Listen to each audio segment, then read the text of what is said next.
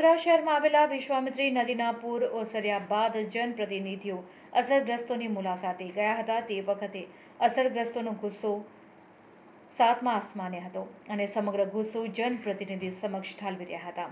તે વખતે અસરગ્રસ્ત વ્યક્તિએ જનપ્રતિનિધિને સાંકેતિક ભાષામાં અપમાનિત કરવાના મામલે આ વિડીયો મીડિયા દ્વારા સોશિયલ મીડિયામાં વાયરલ કરવા જવાબદાર ગણાવી પોલીસે જે રીતે નિવેદન લીધા છે તેના મામલે મીડિયા આલમમાં તેના ઘેરા પ્રત્યાઘાત પડ્યા હતા, જે અંતર્ગત આજે મીડિયાએ પોલીસ કમિશનરને આવેદનપત્ર આપી રજૂઆત કરી હતી।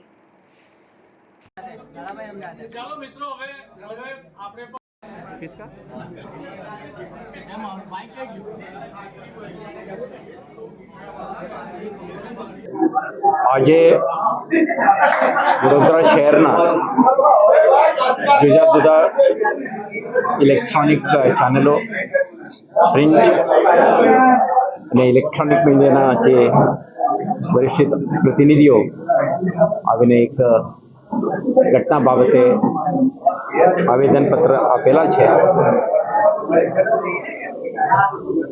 આ અંગે આપણે થોડા ચર્ચાઓ પણ કરી છે। જે ઘટના છે 2 દિવસ અગાઉ બનેલા ઘટના બાબતે આપણે એક વિડીયો ક્લિપ વાયરલ થવા અંગે ગુના દાખલ કરી તપાસ હાથ ધરી હતી। આના અનુસંધાને એ વિડીયો ક્લિપમાં દેખાતા હતા એકમાત્ર વ્યક્તિ જે અભદ્ર ભાષાનો ઉપયોગ કરી હતી અને ઓબ્જેક્શનેબલ જેસ્ચર અને થ્રેટનિંગ ભાષાનો ઉપયોગ કરીને એક ચૂંટાયેલા જનપ્રતિનિધિ બાબતે રિમાર્ક કરતા હતા। આ અંગે એફઆઈઆર નોંધી હતી। તો આના તપાસના અનુસંધાને મેં એક વ્યક્તિને અટક પણ કરી છે અને સક્ષમ ન્યાયાલય સમક્ષ એમને રજૂ પણ કરી છે। આ બધા વિગતો આજની તારીખે પબ્લિક ડોમેઇનમાં પણ છે।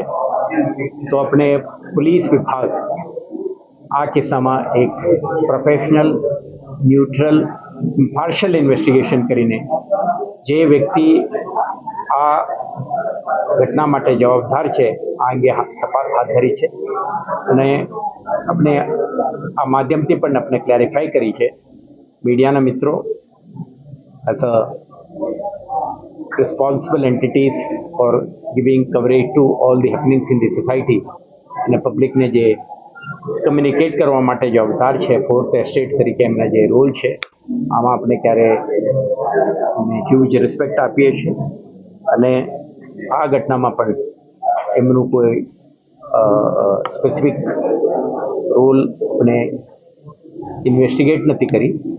એક